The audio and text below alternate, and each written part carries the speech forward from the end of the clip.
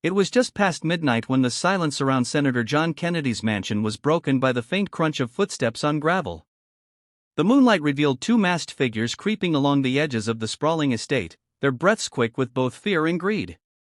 They had been watching the place for weeks, convinced that Kennedy's mansion was overflowing with treasures, cash, and the kind of valuables that could change their lives forever.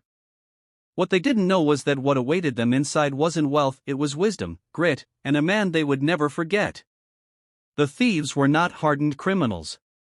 Both were young men in their late 20s, beaten down by life, drowning in debt, and seduced by the illusion that a single desperate act could solve all their problems. Their names were Ryan and Darius. Ryan, the older of the two, had once dreamed of becoming a mechanic. Darius, quieter but sharper, had studied computer science before his family's struggles forced him to drop out.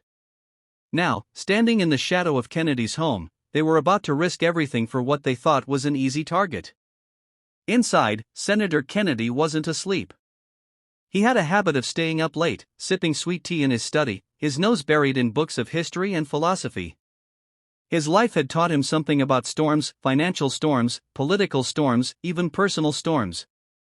He believed character was revealed not when the seas were calm, but when the waters raged. As he turned a page, he heard it, the faint scrape of a window latch being forced open. He set his book down slowly, not with fear, but with the calm of a man who knew trouble when it came knocking. The thieves slipped inside, hearts pounding. They expected darkness, silence, vulnerability. Instead, the study's golden lamplight revealed Kennedy, sitting calmly in his chair, his eyes fixed on them.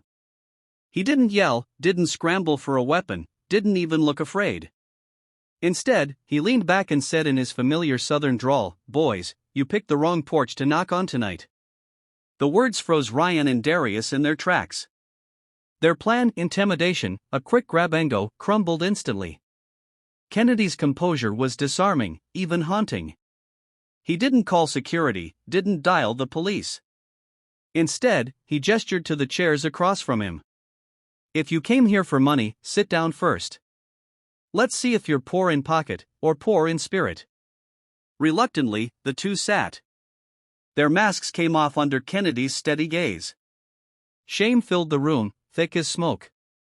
Kennedy didn't lecture them like a politician seeking applause, he spoke to them like a man who had tasted failure and clawed his way back. He told them about the nights he'd gone to bed broke, the times when doors slammed in his face, and the bitter taste of despair.